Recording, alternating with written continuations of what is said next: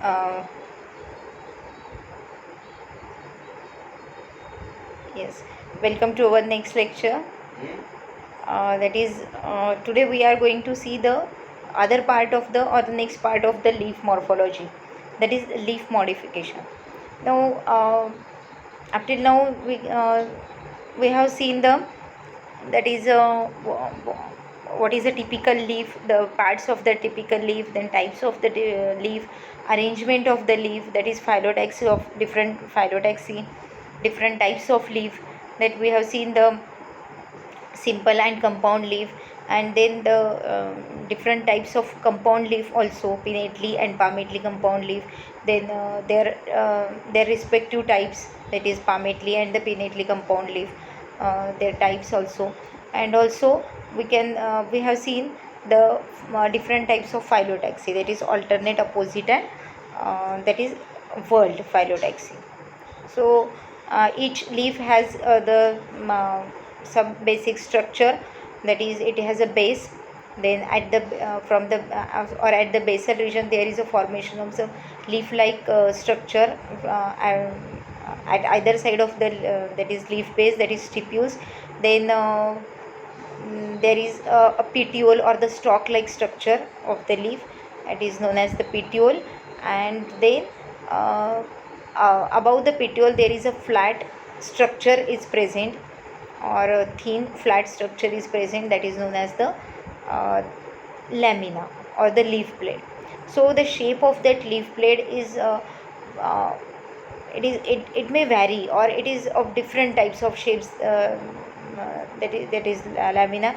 We have seen in one earlier lecture that there are linear or lanceolate, then oblong, ovate, then chordate, all these types of various types of shapes they have in the leaf.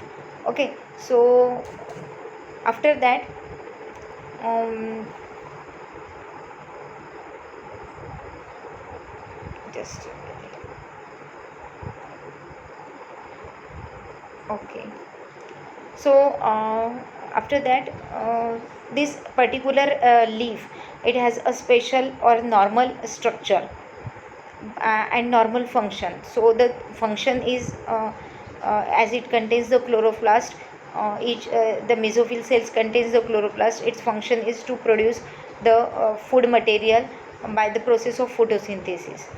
Okay, so all the leaf, they shows the stomata in on the, that is the function is to that is transpiration, gaseous exchange, all these things. This is the function of the original or the normal function of the leaf. Okay, so now in this lecture we will see the some modified structure or modified function of that leaf.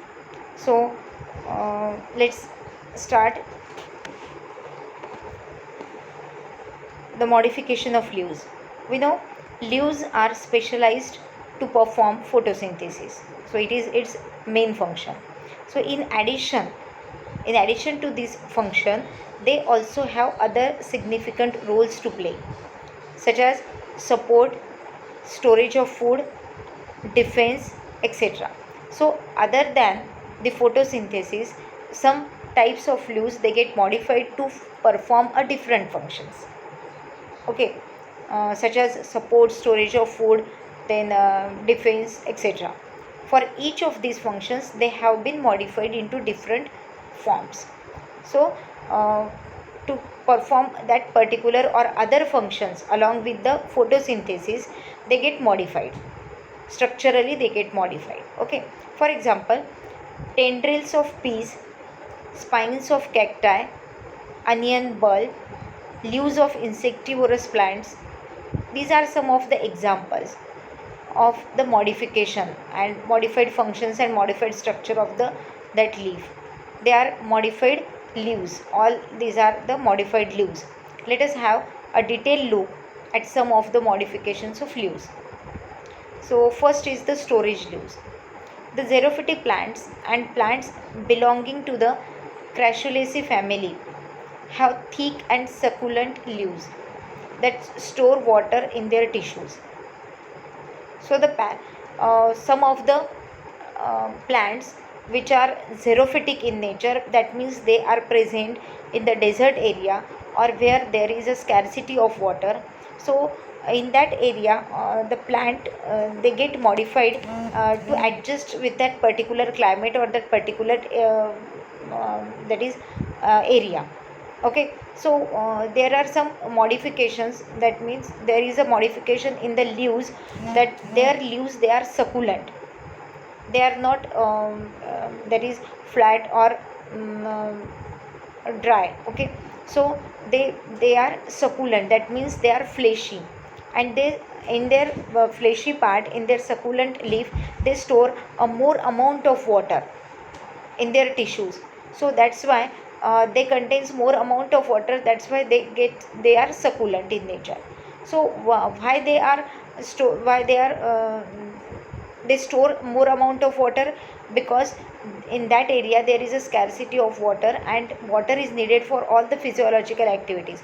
So to avoid the scarcity of water to the particular physiological activities, these plants they store available water in the form of that is in the tissues of the leaves. Okay, so the parenchymatous cells of these leaves have large vacuoles filled with hydrophilic colloid. So these hydrophilic colloids mean water loving colloids. If the water is available, they absorb that water and store that water. So this modification helps the plants to resist desiccation. So avoid the desiccation, to avoid the dryness. Okay, so this modification is seen in this xerophytic plant body. Okay, then leaf tendrils, as you can see in the figure, the tendril, or it is a spring like structure. So it is a very delicate part of the plant body, and okay, it is a very delicate part of the plant body, and it is a modified structure of leaf.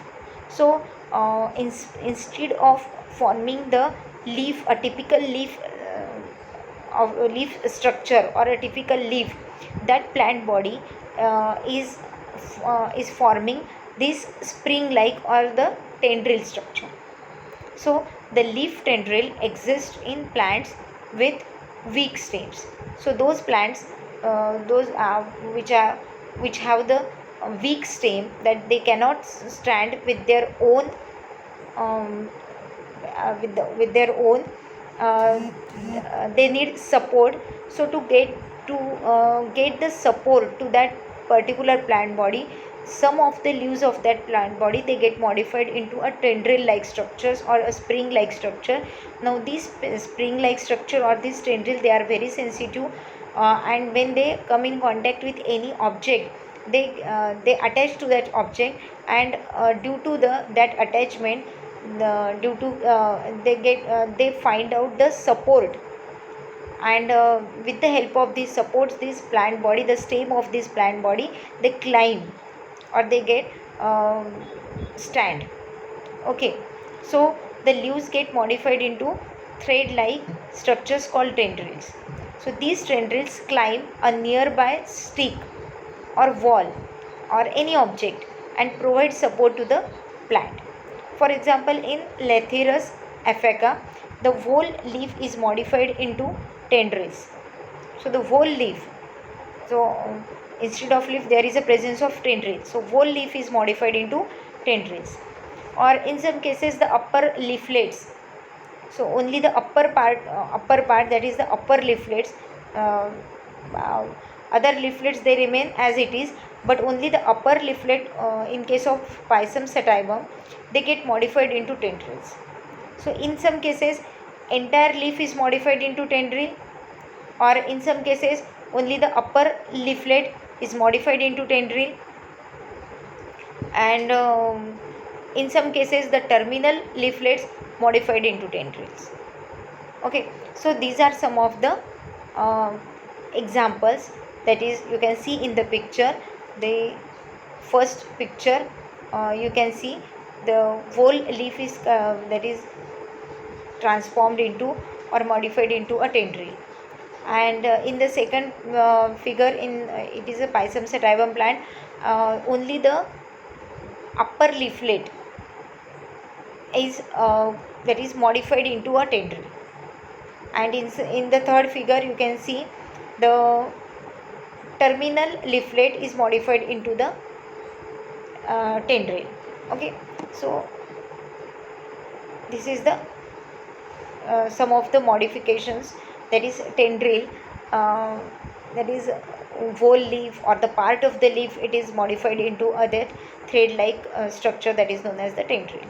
So this modification is only for to give the support to the plant body, so as their stem is weak, that's why. Another modification is you can see in the figure, that is the tip of that that is the tip of that uh, apex of that lamina, it is somewhat converted into tendril. So that is the leaf tip or the apex of the leaf, it is modified into tendril. It is a gloriosa plant, that is the glory lily, where the only the tip of that lamina or the leaf is converted or is modified into tendril. Then in the second figure you can see the petiole of that leaf. So the petiole is modified into tendril. Okay, example clematis.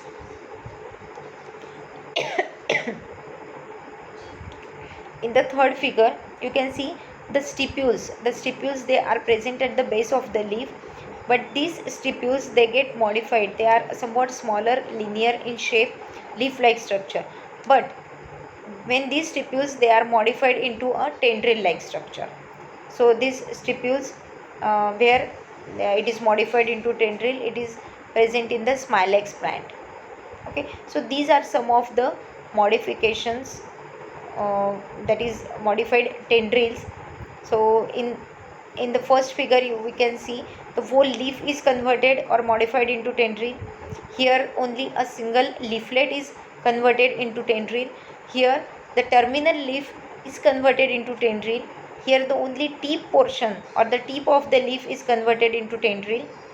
Here the petiole is modified into tendril, and here in the last figure, that is Smilax, the stipules, they are converted or modified into tendril.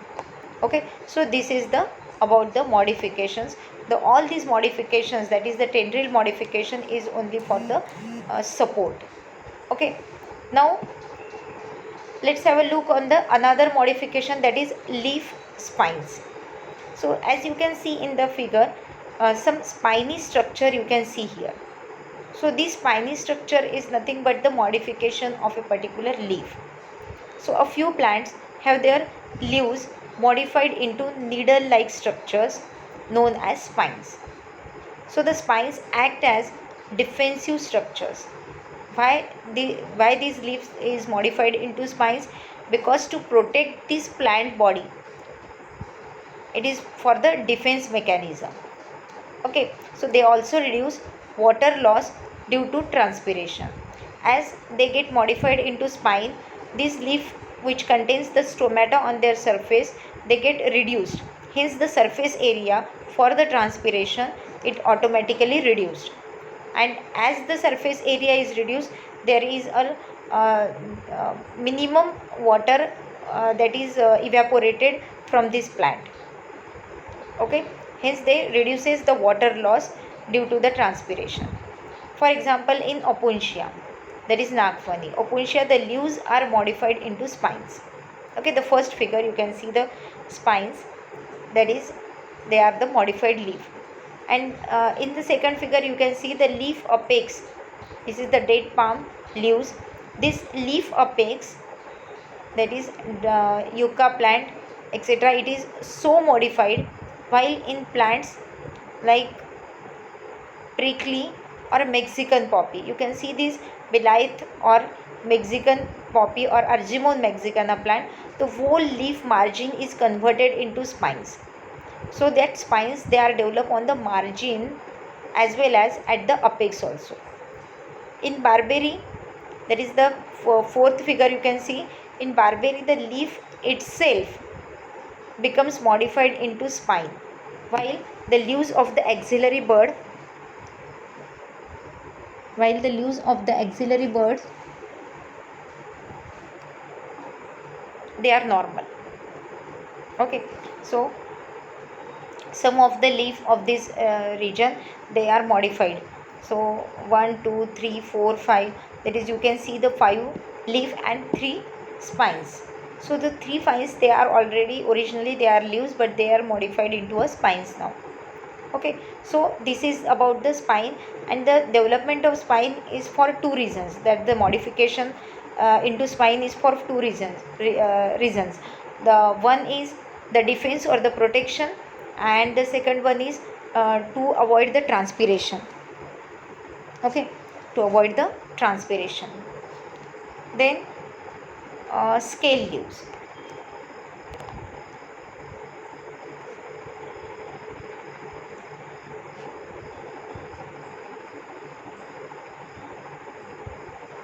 In case of scale leaves, these are this is the casuarina or the asparagus plant.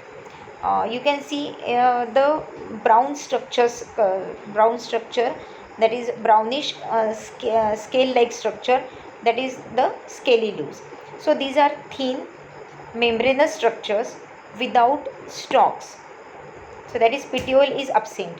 So these are thin membranous structures without stalks, brownish or colorless in appearance, and they are not green, that is the non-green leaves is known as the scaly leaves. So they do not have chlorophyll pigments or the chloroplast in their cells, hence their color is brown. So this colorless in appearance, they protect the axillary bud present in their axil. So these scaly leaves, they gives protection to the axillary bud present in the axil of the leaves. And the scale leaves in onion are fleshy and thick. So when we eat the leaf of that plant, leaf of this that is onion, when we eat onion, we eat only the scaly leaves of that onion. So the white part of that onion, that we use in to make the curry, to make the vegetables, okay, so or to eat raw, that is onion. So these, all these salad or these cutting part, that is the onion, is nothing but the scaly leaves. It is scaly leaves. We eat is scaly leaves as well as its foliage leaves also. So the green leaves as well as the white leaves of this onion. White means the scaly leaves. So this is the modified, that is the succulent part, is the scaly leaves of the onion. So scale leaves in onion are fleshy and somewhat thick, and they store food and water. That's why we are eating the onion, that is scaly leaves. Then you can see the casuarina and asparagus also contains scaly leaves. So this is the casuarina plant, which shows the scale like structures or the scaly leaves, thin membranous structure. Okay, so again this part is repeated, that is storage leaves. So they are present in the xerophatic plant's body. Okay, now let's have a look on the leaflet hooks. So as you can see in the figure, the some part of the leaf, that is the here the 3 leaves, you can see that only 2 leaf, and the third leaf, that is third leaflet, it is modified into a somewhat hook like structure. So in some plants, that is in bignonia also, in these plants the terminal leaflets of leaf, it get modified into hook like structures, and that hook like structure that helps them in climbing. So this modification is again for the to get the support to the plant body. Okay, so the example bignonia plant shows this hook like, that is modification, hook like modification in their leaves. Okay, then leaf roots. So in salvinia plant or in some other plants, one of the leaf or one of the leaves present at the nodes, they gets modified into adventitious roots, which helps them to float over the water surface. So these aquatic plants, for their buoyancy, for their floating nature, they have to develop, or they have to modify some of the roots, some of the leaves, uh, which are present at the nodes.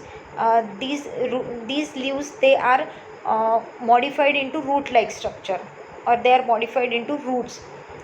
Now these roots, when they submerge into the water, they give the buoyancy to that water. That is the, it helps them, helps that plant to floating over the water, to it protect against, or to avoid the drooping down of the plant body into the water. Okay, so this is the leaf roots which is present in the Salvinia plant. It is an aquatic plant. Okay, so these are some of the modifications. See, these leaflet hooks, they are modified for the support. These leaf roots, they are modified to help the plant for to float over the plant body. Okay, so the reasons behind every modification is different, but this is the because to perform a different functions, they get modified according to that. Okay, or you can say according to the modifications, the functions are there. Okay, so again, phyllodes. So in Australian acacia, or the petiole, that is the stalk of the leaf, this petiole or any part of the rachis becomes, that is the compound leaf. It is a compound leaf, it is the modification of compound leaf. Okay, so the petiole or any part of the rachis, it becomes that is flattened.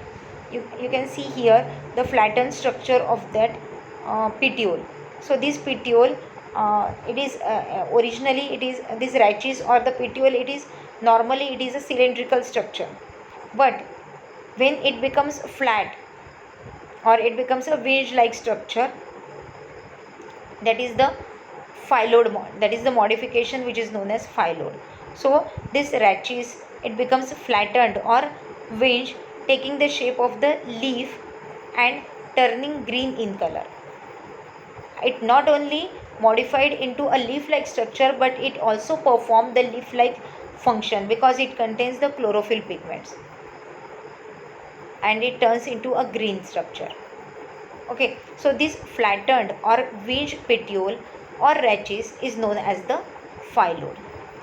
The normal leaf, which is pinnately compound in nature, develops in the seedling stage, but in soon falls off. The phylloid then performs the functions of the leaf. So these plants, they don't have any leaf, they are normal leaf. That's why this petiole or these rachis, they are modified into leaf to perform the function of that fallen leaf. Okay, so the phylloid then performs the function of the leaf in some species. However, young or even adult plants are seen to bear the normal compound leaves together with the phyllodes. So in some plants, both the types of leaves, they are present, or in some plants, instead of normal leaf, this modified leaf is present to perform the function of a normal leaf. And in some plants, both the types of leaf are present, normal as well as modified leaf also. Okay, so this is about the phylloid. There are about 300 species of Australian acacia, all showing the phyllodes. So all these species, 300 species, they show these modifications. So in you can say in the Jerusalem thorn, that is Parkinsonia, that is a small prickly tree. The primary rachis of the bipinnate leaf ends in a sharp spine, while each secondary rachis is a phylloid, being green and flattened. The leaflets are small and fall off soon. the phyllodes then performs the function of the leaflets. So in case of bipinnately compound leaf, you can see the first, that is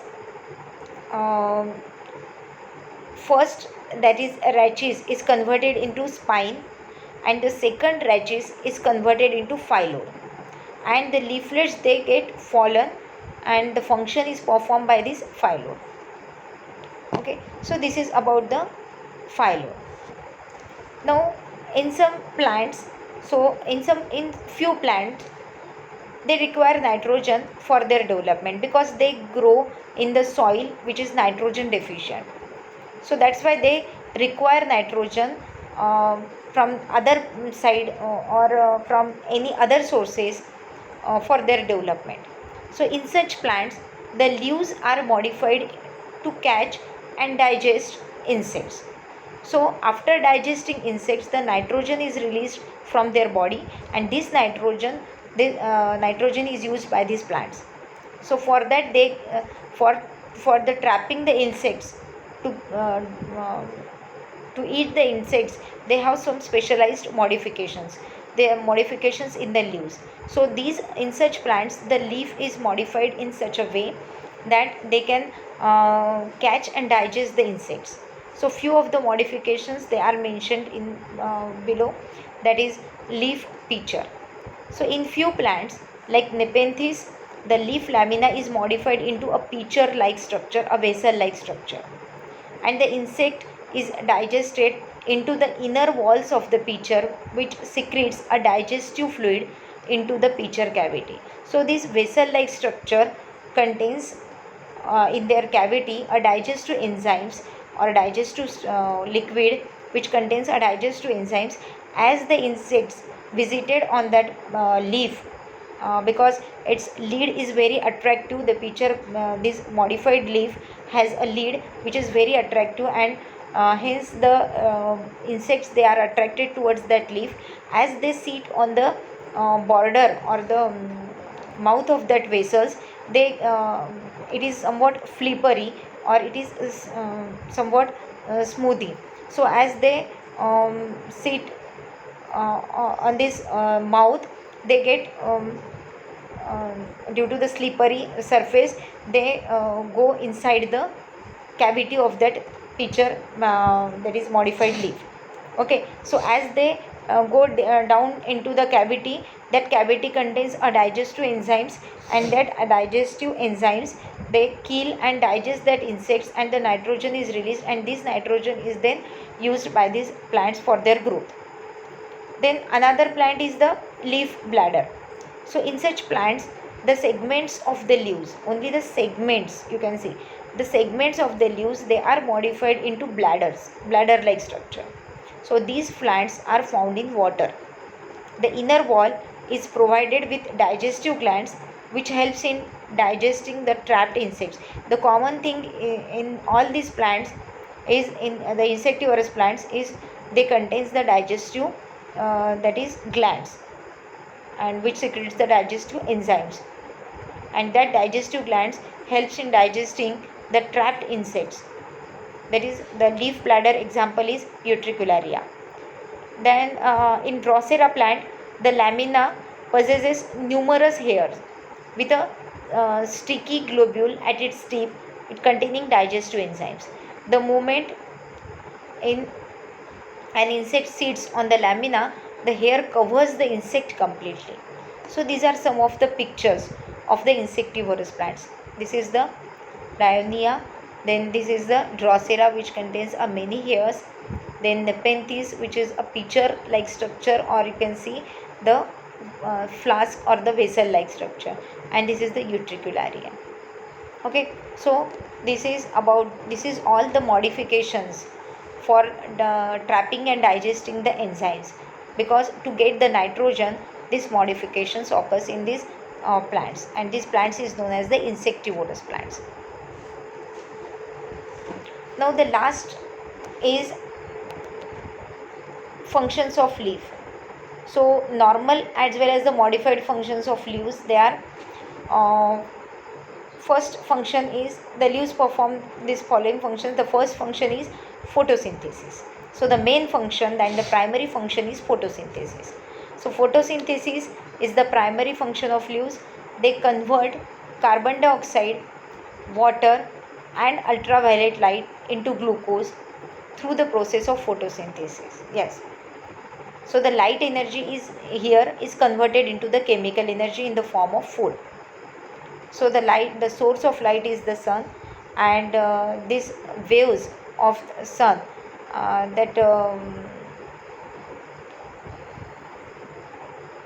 that reach up to the chlorophyll pigments, and with the help of this um, that is light, this chloroplast or this part leaf, it forms a food material by the process of photosynthesis. Okay. Then the second function of leaves is transpiration. As it contains a stomata in many a number, that stomata, through this stomata gaseous exchange, through this stomata water evaporation takes place. So the transpiration is the removal of excess water from the plants into the atmosphere. So this occurs by the opening of stomata present in the leaves. So, but to avoid the excessive transpiration, this leaf also show the protective structure, that is cuticle or wax like structure. Okay. The next function is guttation. Guttation is the removal of excess water from the xylem at the edges of the leaves when the stomata are closed is known as guttation. So it is in the form of that is excess water when it removed from the that is plant body, then it removed through the area of leaf. So that is why it is a that is known as the guttation process. And when there is evaporation of water in the form of vapors, then it is a transpiration process. And when that is removal of water in the form of water droplets, then it is a guttation. Okay. Then the next function is storage. So leaves are a site of photosynthesis, therefore they store water and nutrients. And the succulent and thick leaves, they particularly adapt to water storage. So these type of modifications, they are generally that is takes place for the storage purpose, storage of water. Okay. So also the aloe vera leaves, they also succulent and store water. These are also the modification. Then defense. The next function is defense.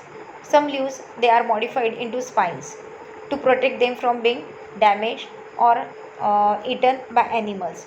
For example, opuntia. Okay. Some that is some plants, they show the modifications for the support also.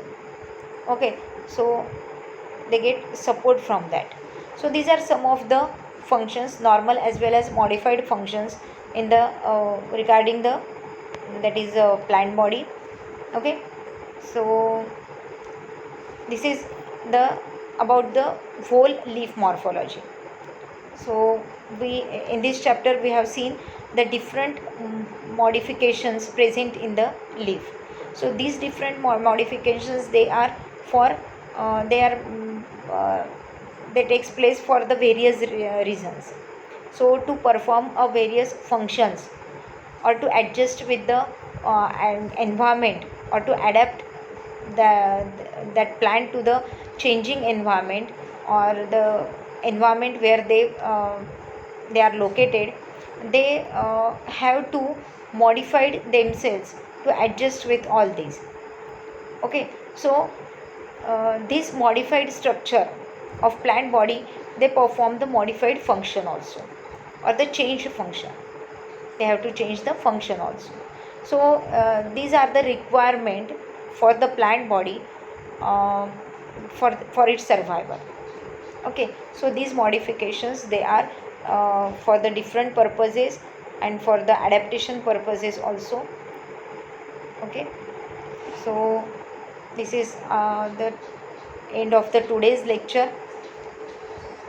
Now we have seen the different modifications of the leaf, and if you have any doubt regarding this, you can call me and message me.